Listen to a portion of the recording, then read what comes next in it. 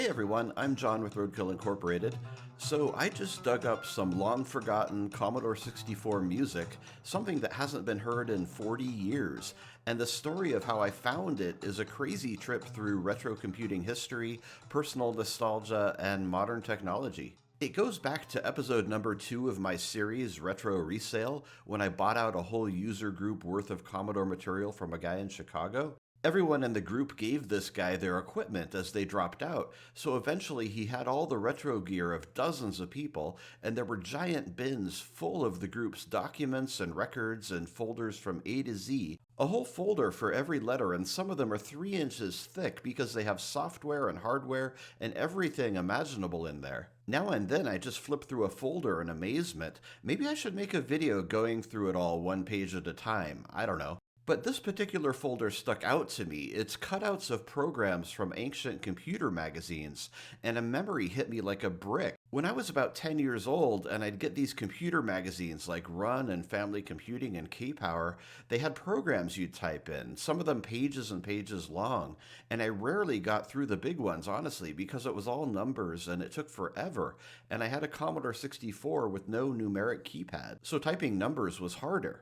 My lucky friend, though, had a Commodore 128 with a keypad, and I was so jealous of him for it, and sometimes we'd type the bigger programs in on his 128. One of us would read and the other would type. So funny how it was to spend days typing numbers into a computer instead of, I don't know, going outside and climbing trees. Our parents must have thought we were nuts. I actually had plans to buy a keypad like this for my 64, so I could pretend it was a Commodore 128. I'd sit there for hours just looking at 128 ads in magazines. That's how far this madness went. Anyway, the point is, these magazines had some smaller gimmicky programs too, like on the last page or so, and the best ones were by this guy named Joey Latimer. They were quick little programs, very satisfying. They would do some graphical or sound thing that was well worth the couple paragraphs of typing.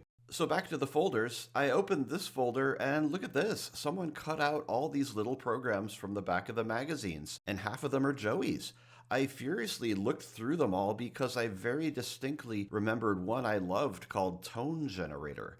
It was really cool. You ran it and it would just play randomly generated music in 30-second chunks, and I'd let it go for hours as I did other stuff. And to this day, decades later, I have Tone Generator playing inside my head, and the thought of hearing that again had me on a sudden mission to find it. Well, unfortunately, none of these cutout programs were Tone Generator, but I was still determined. I mean, it's got to be out there somewhere. Sure, I wanted to hear the music, but part of me also wanted to prove my sanity and confirm that my memory hadn't made the whole thing up. I asked ChatGPT where I could find it, because I've Googled around over the years with no success, and it recommended archive.org. Retro people upload basically all the old stuff they can find, software, photos, whatever, so I spent an hour searching through archives of magazines. I couldn't remember which of a few magazines it was, so I just went down the list and I found it. It was Family Computing from January 1985 when I was 11 years old. And it wasn't Tone Generator, it was Tune Generator, which would explain why it never came up when I searched. So I printed it out and typed it in, and after correcting a couple of my typos, there was the sound 40 years later.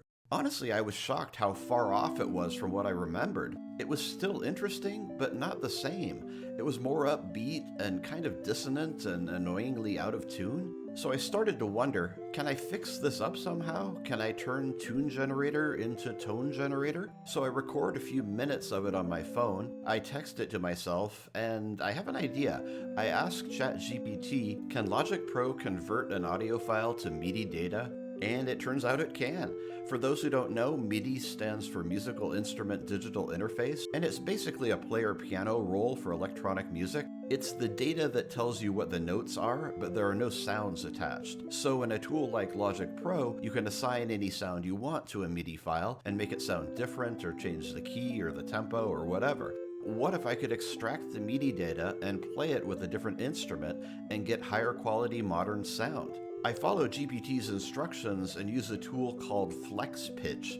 This scans the audio file and extracts MIDI data out of it. It's not perfect, it's really kind of an abstract interpretation, but it's pretty good, better than I'd expect. Then I use this option here, create MIDI data from flex pitch data, and it makes another track with just MIDI data. Then I mute the recorded audio file, assign an instrument to the MIDI, and here it is. After trying a few sounds, I figure out that an ARP patch works well, and after that, hey, why not some drums? And there you have it, Joey Latimer's Tone Generator 2025 update.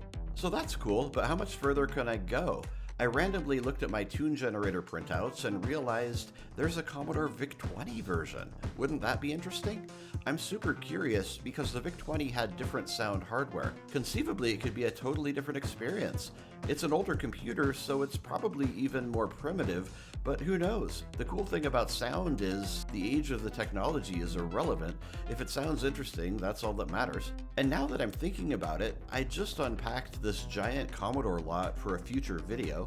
It's got a VIC-20 and also a Commodore 128. So could Tune Generator work on a 128? It has the same sound chip as a 64, the SID chip. So after a few technical difficulties, I get both of them set up and I type Tune Generator into the VIC-20, which is an experience itself because of the quirky keyboard.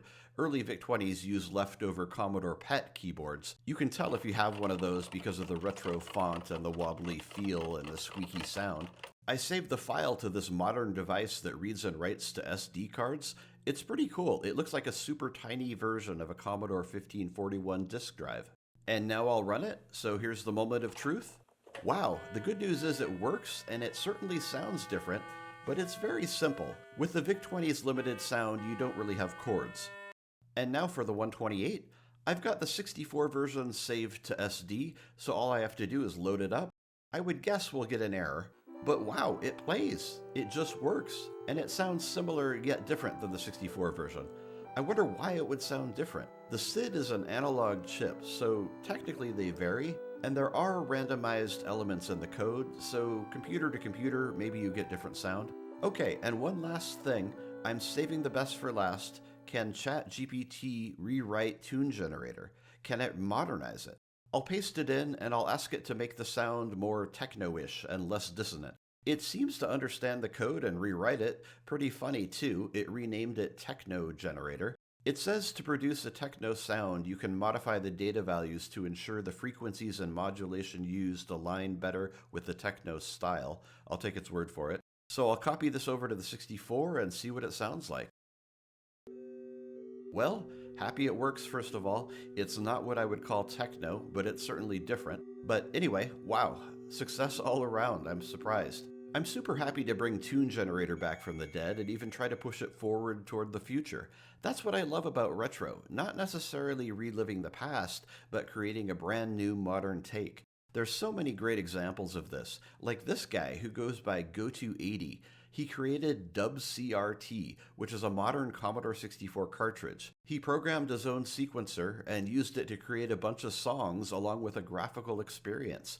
It's always different with randomized elements, and you can hit keys on the keyboard to make changes yourself and set it on a new course. There's even a built-in game.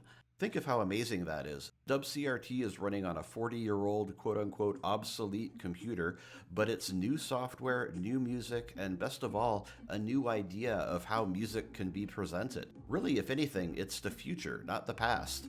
And on that note, I think I'll close out this video, but before we're done, I present to you the music in my head, Tone Generator 2025 edition. Hope you like it, and thanks for watching.